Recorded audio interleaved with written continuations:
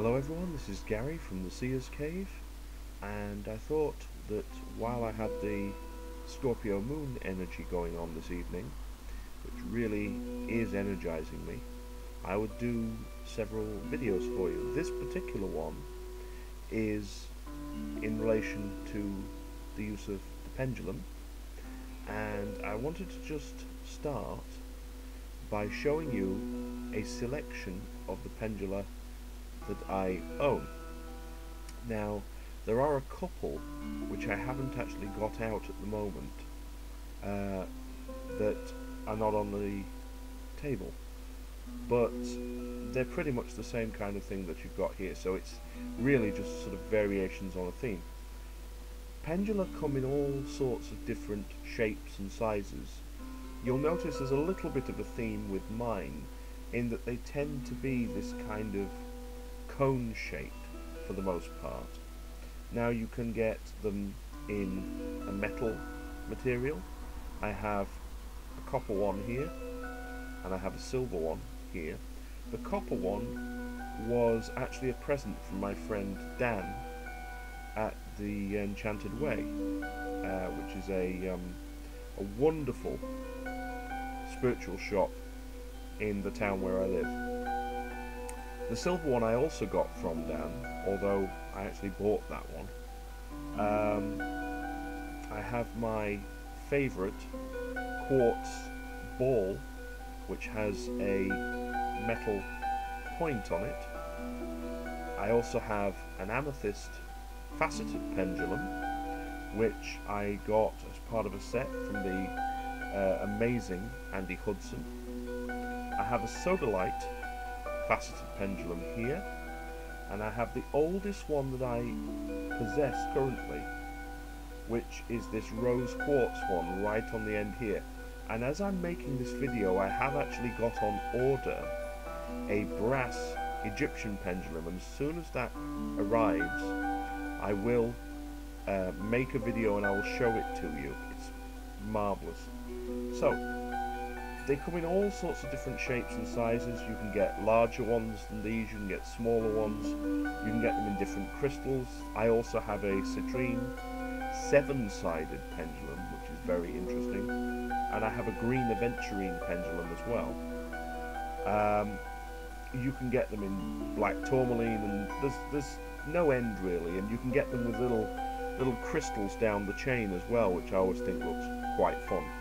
So I'm just going to clear away some of these, and then what I'm going to attempt to do is to go through some of the ways that you can use them, or rather the way in which I use them. And who knows, perhaps you'll feel inspired to do me a little reply video showing me how you use your pendulum.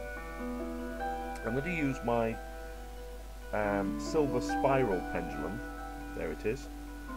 And because I'm recording this video quite late at night, I've got my desk lamp on, so that's why we've got so much light here.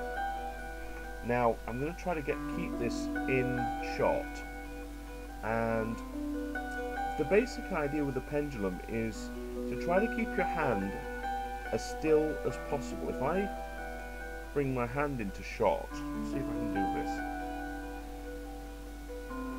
like that. The basic idea is try to keep your hand as still as possible. You know, and you can get the pendulum going in all sorts of different directions, circling, maybe circling the other way, going sort of side to side. So you can see it's not me sort of consciously moving the pendulum and kind of swinging my hand. You know, if I do that, you'll see that it's quite different. If I'm sort of actively kind of swinging, you know, my hand like this kind of thing, trying to make it sort of, for a start you get much bigger movements if you really start swinging your hand around. So stay relaxed and try to keep your hand as still as possible. Now from there, what I'm going to do is I'm just going to keep the pendulum in shot from now on, and what I'm going to show you is a thing called programming. And what you're basically doing here is you're asking the pendulum to show you how it reacts to certain answers. Not the questions, but the answers. Now this is going to be different for each person in turn. So you need to know what your pendulum is going to do. I'm going to show you what mine does, okay? So I'm going to get mine now to show me what it does for a yes answer. And what you can see is that it rotates clockwise. Okay, I'm going to get it to go back towards the middle. Now, to me, when I'm asking yes-no questions, the middle is a kind of a neutral swing. It's neither a yes nor a no. It's perhaps a sort of maybe, if you wanted to assign something to it from that position. Now, I'm going to ask my pendulum to show me a no response. And you can see what happens. For no, it rotates anti-clockwise. Now that again, I stress, is how my pendulum reacts. Now, at this point, I'm just going to swap pendulums just to show you, that this sort of stuff works with lots of different ones. And I'm going to go on to my oldest pendulum, my rose quartz, and what I'm going to show you with this is something a little bit more in depth than the sort of yes-no kind of thing, because you can ask yes-no questions and you will get an answer, or you might get a maybe or a sort of a neutral swing if it's something that either cannot be answered yes or no, or it's something, and this does happen occasionally, that you're not meant to know the answer to. Do be aware that that will happen as well at times. Now, the next thing I'm going to show you is slightly more advanced and slightly more complicated, and this is specific directions and swings showing you specific types of energy. Now again, with programming, you can actually ask your pendulum to show you how it responds and then make a note of that. So what I'm going to do now is I'm going to use my rose quartz. As you can see, I've got it going in a neutral swing. I'm going to ask it to show me what a masculine energy is like. And what you can see with that is we've immediately got this clockwise rotation. Now, that to me indicates a masculine energy. It also indicates forward movement. If I'm asking a question about will things progress, I get a similar direction.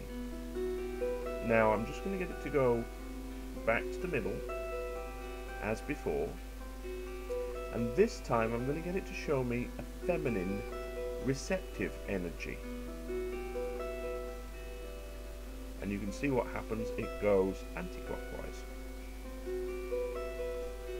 Now the anti-clockwise direction is also an indication to me of things not moving on just yet. They're in a sort of a holding position, so they're not able to move forwards.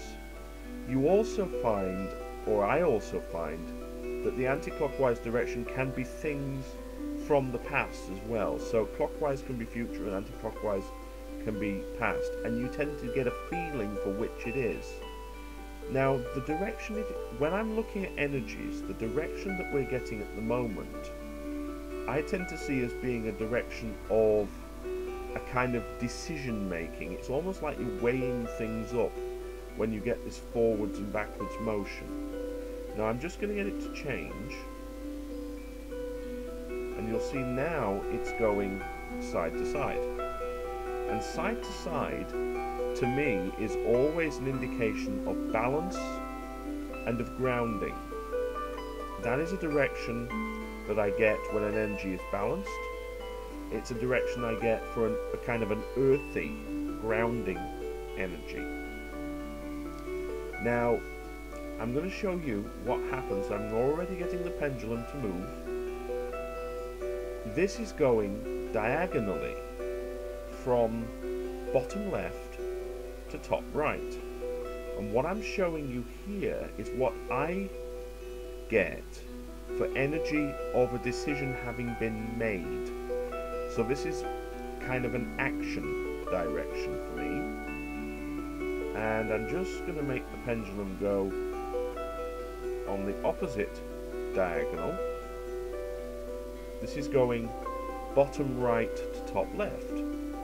And this is an acceptance direction for me.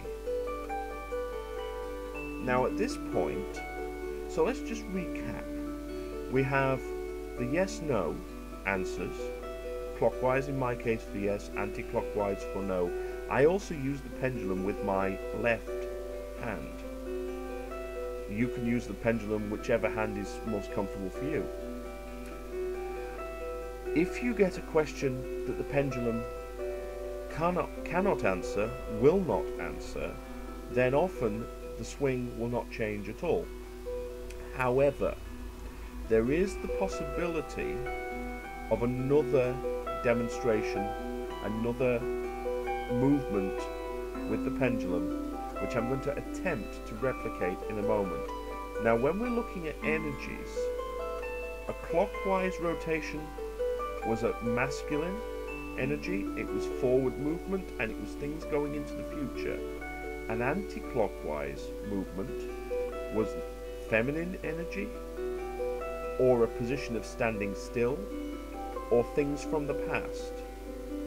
Forwards and backwards was a decision being made, a kind of a weighing things up energy. Side to side was balance and grounding. Bottom left to top right was a decision having been made, or an action movement. And top left to bottom right was an acceptance movement. Now there is one movement that I have not shown you, and it's a thing called a blockage. And I'm going to attempt to reproduce this. Suppose, for sake of argument, that I've got my pendulum going like this, and I'm going to ask it to show me a blockage. What you'll notice is it slows right down, it stops, and it kind of doesn't really know where it wants to go. And it kind of goes a little bit one way, a little bit another way, sometimes stops completely. And there really is, and this is unfortunately something I cannot show you on camera, there is a real feeling through my hand as if this pendulum has been grabbed hold of, and it really does not want to go. I'm just going to get it to move out of the blockage so that we no longer have that blocked energy present. So that is how you can use a pendulum when you are doing divining, when you are trying to get answers from a pendulum. Now, there is one other usage which I'm going to attempt to sort of replicate. I've brought in here a little silver pot that I have with a little blue glass insert, and for this I'm going to use my copper pendulum, and I'm also going to use, I'm going to put the insert over here, I'm also going to use specifically this crystal, which is, even though it's showing up as white on the camera, this is selenite. Now there are some crystals, selenite is one of them, that dissolve in water. Others include any crystal that has a sort of a salt base to them. So, for example, halite is another one which dissolves in water. And at the end of the day, who wants a dissolved crystal? Now, you may be familiar with the idea of placing a crystal in a container of water to charge the water with that crystal's energy. So what I'm going to demonstrate here is another way of charging up a container of water. There's nothing actually in this container. I'm just doing this for demonstration purposes, with the energy of a crystal. And what you do is this: you place the crystal in one hand like this, and what I would normally do is close my hand, but I'm going to leave the crystal visible here because this is for demonstration purposes. And then what you do is you focus on the energy here, absorb it through your hand, all the way along your arm, across your body, and to the other hand, which will be holding your pendulum. And then what I do, because I'm projecting energy here, just bring this a little closer so you can see, because I am projecting energy here, I'm getting my particular pendulum to circle in a clockwise direction. Now you can see, I promise you, I am not moving my hand above camera, but you can really see how the pendulum reacts differently in this circumstance. And what we have here, I'm projecting the energy that my right hand is absorbing, and I'm projecting it at the container. And that is one way in which you can use a pendulum to transfer energy. You can do it from an object, you can do it from a crystal, pretty much anything you want, where you want to transfer the energy from one place to another, you can do so with a pendulum. So,